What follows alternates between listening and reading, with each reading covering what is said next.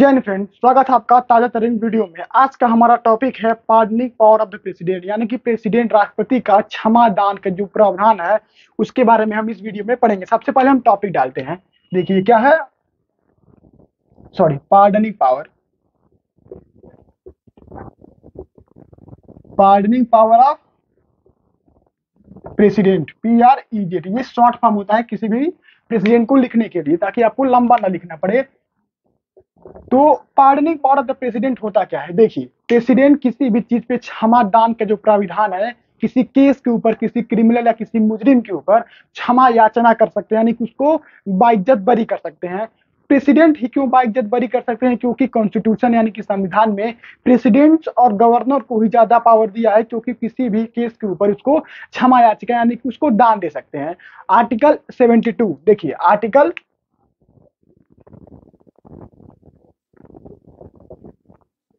72 यानी कि अनुच्छेद 72 में संविधान ने प्रेसिडेंट को ये पावर दिया है कि आप इस आर्टिकल के तहत किसी भी क्रिमिनल या किसी भी आरोपी को आप क्षमा कर सकते हैं। अब किन किन तरीकों से क्षमा कर सकते हैं? तो मेनली आर्टिकल 72 यानी कि अनुच्छेद 72 में 5 तरीके, कितने?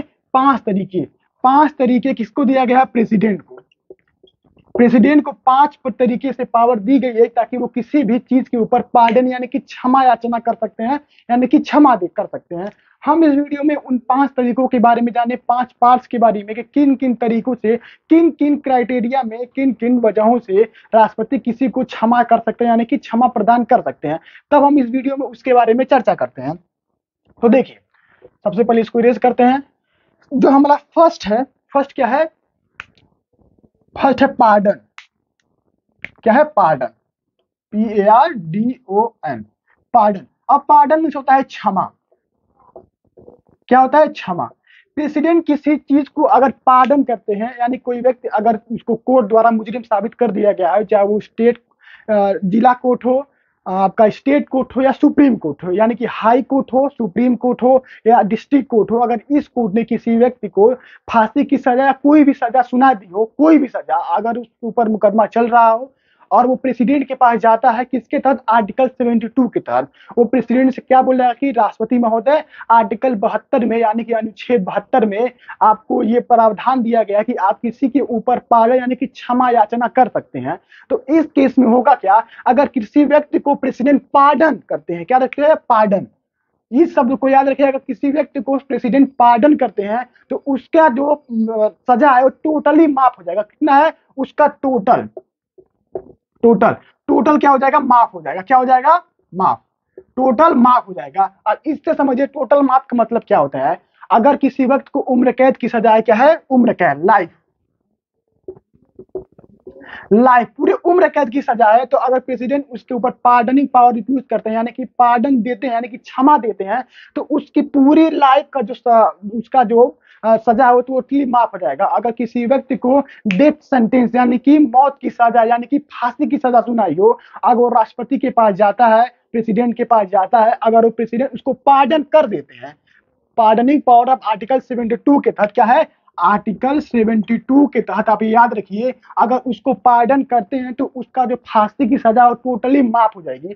ऐसा इसमें ये नहीं होगा कि उसको कुछ समय के लिए दिया जाएगा, ऐसा नहीं। अगर प्रेसिडेंट उसको पार्डन करते हैं तो उसकी पूरी सजा माफ हो जाती है।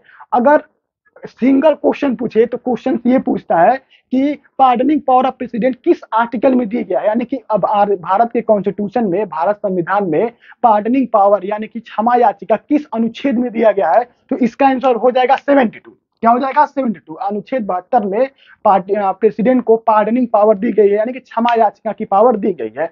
लेकिन अगर आप यूपीएससी के कंडक्ट में पूछे तो आपको स्टेटमेंट में क्या पूछेगा? आपसे स्टेटमेंट में ये पूछेगा कि अगर किसी व्यक्ति को फांसी की सजा सुनाई गई यानी कि डेथ सेंटेंसमेंट सुनाया गया है, तो उस केस में अगर प्रेसिडेंट उसको पार्डन करते हैं तो उसका जो प्रावधान यानी कि उसको जो सजा मिली है वो पूरी माफ हो जाएगी कि आधी माफ हो जाएगी? तो इसका आंसर है उसकी जो सजा है वो पूरी माफ हो जाएगी। अब हम अपना दूसरा देखते हैं। दूसरा क्या है? कम्यूटेशन। क्या है? कम्यूटेशन। इसको हिंदी में कहा जाता है लघुकरण। क्या?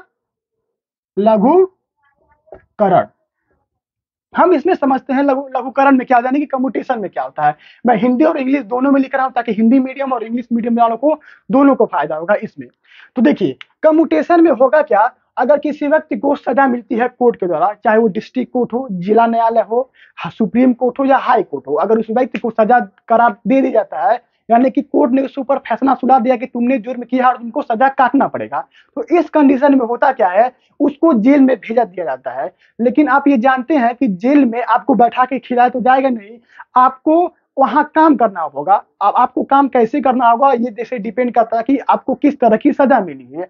उस जेल में जेल में कई तरह के काम होते हैं, जैसे मान लीजिए किसी को बावर्ची खाने में यानी खाना बनाना है, क्योंकि वहां की जो अंदर की जो माहौल होता है वो सारे काम कैदियों के द्वारा ही कराए जाते हैं। तो देखिए आपको बाहर से खाना थोड़ी ना कोई बना के लाता है कि लो कैदियों सजा काट रहे हो खाना खाओ। तो इस कंडीशन में सारे काम जो अंदर होते हैं उन्हीं के द्वारा किया जाता है, उन्हीं में डिवाइड कर दिया जाता है कि आपको ये काम करना पड़ेगा। तो जेल के अंदर काफी सारे फील्ड जिसमें हो सकता है कुछ सब्जी वगैरह भी उगाई जाए, कुछ हो सकता है बड़े बड़े काम जैसे फर्नीचर का, लकड़ी वगैरह का कोई काम चल रहा हो, कोई ऐसी चीजें होती हैं जो जेल में बन के बाहर एक्सपोर्ट की जाती है, यानी कि बाहर भेजी जाती है बेचने के लिए। तो अंदर उन कैदियों द्वारा वो काम कर लिया जाता है, यानी काम करवाया जाता है। तो या किसी को अगर हार्ड काम में जैसे पत्थर तोड़ना है या लकड़ी के गट्ठे चीरने हैं, यानी कुछ हार्ड काम कर दिया जाता है। तो अगर मान लीजिए किसी व्यक्ति को 10 साल की कठोर सजा मिली, क्या हुआ 10 ईयर्स का हार्ड, यानी कि कठोर पत्थर वगैरह चुनना है, यानी कि कठोर कठोर सजा मिलती है, तो अगर उसके परिजन यानी कि उसके रिश्तेदार अगर प्रेसिडेंट के पास जाते हैं, राष्ट्रपति के पास जाते हैं और कहते हैं कि महोदय आर्टिकल 72 यानी कि अनुच्छेद 72 में आपको ये प्रावधान, आपको ये अधिकार, आपको ये पावर मिला हुआ है संविधान द्वारा कि आर्टिकल 72 के तहत आप किसी व्यक्ति को पार्डन कम्यूटेशन के तहत उसकी सजा को कम से कर सकते हैं। यानी कोई व्यक्ति ऐसी गलती कर चुका है, यानी कि गलती से उसको किसने मर्डर कर दिया, कोई भी क्राइम हो गया, तो वो अपने बचाव या उसको गलती से हो गया, तो अगर प्रेसिडेंट चाहे तो कम्यूटेशन की मदद से होगा क्या, उसका नेचर बदल जाएगा, टाइमिंग वही रहेगी। देखिए क्या होगा, नेचर बदल जाएगा, आप इसको नोट करिए, नेचर वही बदल जाएगा, नेचर वही रहेगा, नेचर बदल जाएगा, टाइमिंग वही रहेगी। क्या होगा, टाइमिंग वही रहेगी, यानी कि 10 साल की कठोर सजा 10 साल की आसान सजा में कन्वर्ट हो जाए, यानी कि 10 साल की सजा इजी। आप याद रखें कम्यूटेशन के मतलब 10 साल की सजा 10 साल में ही रहती है, कम नहीं सजा होती है। उसका जो हार्ड है, यानी कि जो उसको ज्यादा मेहनत वाला काम दिया जा रहा था, अब उसको इजी काम लिया जाएगा, यानी कि आसान काम में लिया जाएगा। तो आप याद रखिए कम्यूटेशन में 10 नेचर बदलता है, यानी कि अगर दिन में किसी को 8 घंटा काम करना है तो कम्यूटेशन के तहत दिन में उसके पास 4 घंटा काम करना है। लेकिन उसको सजा अगर 10 साल की मिली हुई है तो उसको पूरी सजा 10 साल में ही काटनी पड़ेगी। इसमें प्रावधान में इसके टेन्योर में कोई चेंज नहीं होगा, इसके नेचर में बदला होगा। यानी कि अगर किसी को 10 दिन में 10 काम करने थे तब वो 10 दिन में सिर्फ 5 काम करेगा, लेकिन उसको काम 10 दिन में ही कंप्लीट करना है। तो ये है कम्यूटेशन। अब हम इसके समझते हैं इसके आगे वाले पार्ट्स के बारे में। हम अपना तीसरा देखते हैं, तीसरा क्या है, तीसरा है रिमिशन। क्या है रिमिशन, हिंदी में इसको क्या कहा जाता है, परिहार, हिंदी इसको कहा जाता है परिहार। अब देखते हैं रिमिशन क्या होता है। रिमिशन में होगा ये कि अगर किसी को 10 साल की सजा मिली है तो उसको 5 साल में सजा कन्वर्ट हो जाएगी। कम्यूटेशन में क्या था, 10 साल का 10 साल ही था। अगर मान लीजिए किसी व्यक्ति को 10 साल की 10 साल की क्या मिली है, हार्ड सजा, यानी कि हार्ड कठोर। अगर किसी व्यक्ति को 10 साल की सजा मिली है, अगर प्रेसिडेंट उसको रिमिशन लगाते यानी कि परिहार के तहत पे उसकी सजा क्या हो जाएगी, 5 ईयर्स। लेकिन जो नेचर होगा वही रहेगा, हार्ड यानी कि कठोर। देखिए आप याद रखिए कम्यूटेशन और रिमिशन में क्या डिफरेंस होता है। देखिए कम्यूटेशन में नेचर टाइमिंग वही रहता है। देखिए 10 साल का 10 साल लेता है, लेकिन नेचर बदल जाता है, हार्ड से इजी आ जाता है। लेकिन रिमिशन में अगर उसको टाइमिंग वही बदल जाता है, काम वही करना पड़ता है। अगर मान लीजिए किसी को पत्थर तोड़ना है, 10 साल की सजा मिली कि तुमको जेल में जाके पत्थर तोड़ना है, तो उसको रिमिशन के माध्यम से, अगर कमीशन का इस्तेमाल करते हैं, परिहार का इस्तेमाल करते हैं राष्ट्रपति, तो उस कंडीशन में उसकी जो 10 साल की सजा है वो 5 साल को ही उसको जेल में रहना पड़ेगा, यानी कि 5 साल ही काटनी पड़ेगी। लेकिन उसका नेचर वही रहेगा, उसको 10 साल जो कठोर सजा मिली थी वही उसको 5 साल में कठोर सजा मिली थी। इसको आप यूपीएससी में एक क्वेश्चन पूछा था कि किस कंडीशन में प्रेसिडेंट रिमिशन का इस्तेमाल नहीं कर सकते हैं किसी भी ऊपर को पार्डन नहीं करने के। तो देखिए वो क्या है, फांसी। क्या है, फांसी।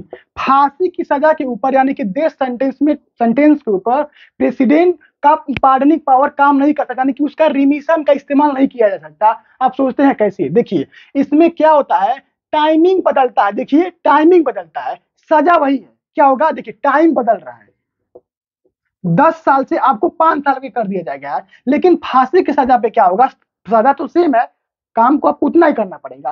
लेकिन किसी व्यक्ति को रिमिशन के तहत वो जाता है प्रेसिडेंट के पास कि मुझे फांसी की सजा है, तो प्रेसिडेंट इसके ऊपर कुछ नहीं कर सकते। तब देखिए कैसे नहीं कर सकते हैं, फांसी की सजा क्या होगा, नेचर वही रहेगा, आपको लटकाया जाएगा तो आपको लटकाना ही लटकाना है। लेकिन टाइमिंग क्या होगा, अगर मान लीजिए किसी व्यक्ति को लटकाए 30 से 40 या 1 मिनट तक के बाद वो मर जाएगा, तो उसको ये किया जाएगा कि नहीं 3 घंटे के बजाय आप 1 घंटा लगाओ, वो तो ऐसे ही मर जाएगा। तो यूपीएससी में ये क्वेश्चन पूछा गया था कि कौन सा ऐसा केस है जिसमें प्रेसिडेंट रिमिशन का इस्तेमाल नहीं कर सकते, यानी कि परिहार का इस्तेमाल नहीं कर सकते हैं। तो वो है आपका फांसी, यानी कि डेथ सेंटेंस के ऊपर, फांसी की सजा के ऊपर रिमिशन का इस्तेमाल नहीं किया जा सकता है प्रेसिडेंट के द्वारा, क्योंकि टाइमिंग बदलता है, नेचर वही रहता है। आपको टांगना है, लटकाना है तो आपको लटकाना ही है, चाहे वो 5 मिनट लटकाओ चाहे 3 घंटे लटकाओ, आपको तो मरना ही मरना है। तो इस केस में आप याद रखिए, क्योंकि ये स्टेटमेंट यूपीएससी में पूछा जा चुका है कि किस कंडीशन में रिमिशन का इस्तेमाल प्रेसिडेंट द्वारा पार्डनिंग के लिए नहीं किया जा सकता। अब हम देखते हैं अपने अगले पार्ट पे। अब जो हमारा चौथा है, चौथा क्या है, रिस्पाइट। रिस्पाइट, इसको हिंदी में होता है विराम। क्या होता है, विराम। अब समझते हैं रिस्पाइट का इस्तेमाल कब किया जा सकता है। देखिए कैसे होता है रिस्पाइट का इस्तेमाल, पार्डनिंग में, आर्टिकल 72 में। अगर मान लीजिए कोई व्यक्ति क्या है, कोई महिला प्रेग्नेंट है, कोई व्यक्ति किसी विशेष कोई व्यक्ति किसी विशेष बीमारी से जूझ रहा है, उसको कुछ दिक्कत है, उसका तबीयत नहीं ठीक है, उसको हॉस्पिटलाइज करना पड़ेगा, तो इस कंडीशन में क्या होगा, प्रेसिडेंट के पास ये पावर है कि उसको रिस्पाइट यानी कि विराम देंगे। इसमें ये मत समझिए कि विराम दी दी तो आपकी सजा माफ होगी या सजा कम हो जाएगी। अगर मान लीजिए कोई महिला प्रेग्नेंट है, आप ये सोचेंगे अब जेल में कैसे प्रेग्नेंट हो गई, जेल में कैसे गर्भवती हो गई, तो आप ऐसे समझिए जैसे मान लीजिए किसी व्यक्ति के या किसी महिला के ऊपर केस चल रहा था। क्या हुआ, किसी महिला के ऊपर केस चल रहा था, इसके दौरान वो कोर्ट में जा रही थी, पेश हो रही थी, उसी के दौरान उसको प्रेग्नेंट यानी कि गर्भवती होती है, उसकी उसी के दौरान क्या होता है, उसको सजा दे दी जाती है, यानी कि उसको उसको जुर्म के लिए उसको दोषी माना जाता है, उसको सजा मिल जाती है। तो इस केस में क्या होगा, ऐसा थोड़ी ना कि वो जेल में प्रेग्नेंट, वो बाहर से ही प्रेग्नेंट, यानी कि होगा अगर वो जब उसका प्रेगनेंसी का दौर आ गया, यानी कि जो बच्चा मतलब जन्म लेने वाला रहेगा, उस समय में प्रेसिडेंट उसको विराम देंगे, यानी कि रिस्पाइट का इस्तेमाल करेंगे। ताकि इसमें होता क्या, आपको एक स्पेशल कमरा दिया जाएगा, उसमें आपको थोड़े पंखे, थोड़े अलग फैसिलिटी आपको दी जाएगी ताकि आपको सहूलियत हो। लेकिन इस कंडीशन में क्या होगा, इस कंडीशन में अगर आपका बच्चा पैदा हो जाता है, उसके बाद बचे हुए समय के लिए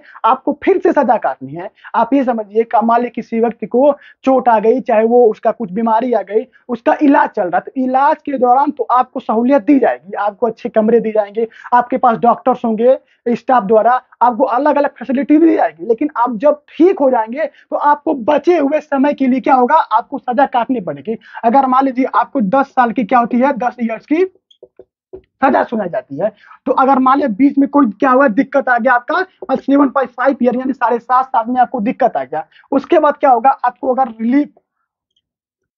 रिलीफ दे दी जाएगी, और उसके बाद अगर मान लीजिए आप ठीक होके आते तो बचे हुआ जो 2.5 साल है, बचे हुए 2.5 साल में आपको फिर सजा काटनी पड़ेगी। तो ऐसा नहीं है कि रिस्पाइट में कि आपको सजा माफ हो जाती है। रिस्पाइट का इस्तेमाल कभी किया जाता है जब कोई स्पेशल कंडीशन हो, यानी कि आप कोई महिला प्रेग्नेंट है या किसी वक्त कुछ शारीरिक दुर्बलता या किसी मानसिक तनाव में है, तो इस कंडीशन में प्रेसिडेंट रिस्पाइट का इस्तेमाल करते हैं। अब हम देखते हैं सब अपना लास्ट जो 5वां है, रिप्राइव। क्या होता है रिप्राइव, इसके बारे में हम देखते हैं। 5वां क्या है आपका, रिप्राइव।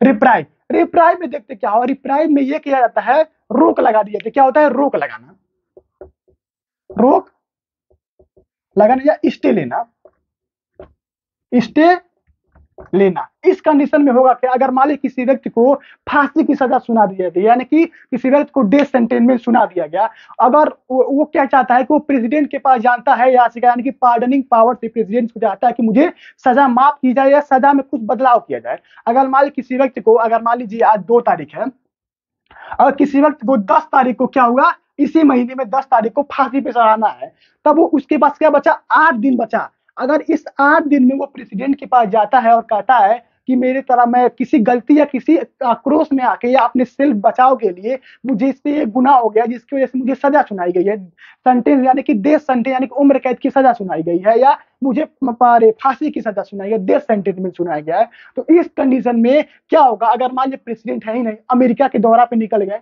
या किसी विदेशी यात्रा पे, कि प्रेसिडेंट बहुत बिजी है, तो इस कंडीशन में होगा क्या कि प्रेसिडेंट क्या जारी करेंगे, रिप्राइव जारी करेंगे। क्या होगा, रिप्राइव। रिप्राइव के तहत क्या होगा, उसकी सजा को रोक दिया जाएगा, यानी कि उसकी सजा, अगर मान लीजिए उसको 10 दिन बाद फांसी देनी जानी है और प्रेसिडेंट ने 9 तारीख को आके कहेंगे मैं इस पे रिप्राइव, क्या होता है, रिप्राइव जारी करता हूं, यानी कि रिप्राइव के तहत मैं इसके रोकता हूं।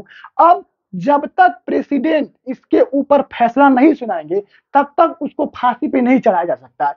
क्या है कि अगर 2 तारीख को सजा मिली, तुमको 10 तारीख को लटका दिया जाएगा, तुमको फांसी पे चढ़ा दी जाएगी, तो इस 8 दिन के भीतर अगर वो प्रेसिडेंट यानी कि राष्ट्रपति के पास चला जाता है और कहता है कि मुझे माफ कीजिए पार्डनिंग पावर के तहत, आर्टिकल 72 के तहत, अनुच्छेद 72 के तहत, तो प्रेसिडेंट क्या कर सकते हैं, प्रेसिडेंट अगर मान लीजिए बाहर है तो वो एक लेटर लिखेंगे, एक आदेश जारी करेंगे कि मैं इसको रिप्राइव, मैंने इसको बाद में देखूंगा, अभी मैं बिजी हूं, तो क्या होगा, वो सजा उसी समय रुक जाएगी, यानी कि 10 तारीख को इसको फांसी नहीं दी जाएगी। अब जब तक प्रेसिडेंट उसके ऊपर फैसला नहीं सुनाएंगे, उसके ऊपर नहीं बताएं कि मेरा एक्शन क्या है, अगर प्रेसिडेंट देखते हैं कि हाँ इसको रोका जाना चाहिए, यानी कि इसको सजा माफ कर देनी चाहिए, तो माफ कर सकते हैं। अगर वो चाहे कि नहीं ये जो किया है उसने अपने जानबूझ के किया है, अगर इस पर रिप्राइव, उसके बाद जो फैसला आएगा उसके तहत कोर्ट द्वारा उसको जांच की जाएगी और उसके बाद उसको सजा मिल जाएगी। अगर ऐसा होता है तो इसमें क्या होता है कि उसकी सजा तत्काल रूप से रोक दी जाएगी, उसके बाद जो प्रक्रिया होगी वो राष्ट्रपति द्वारा की जाएगी।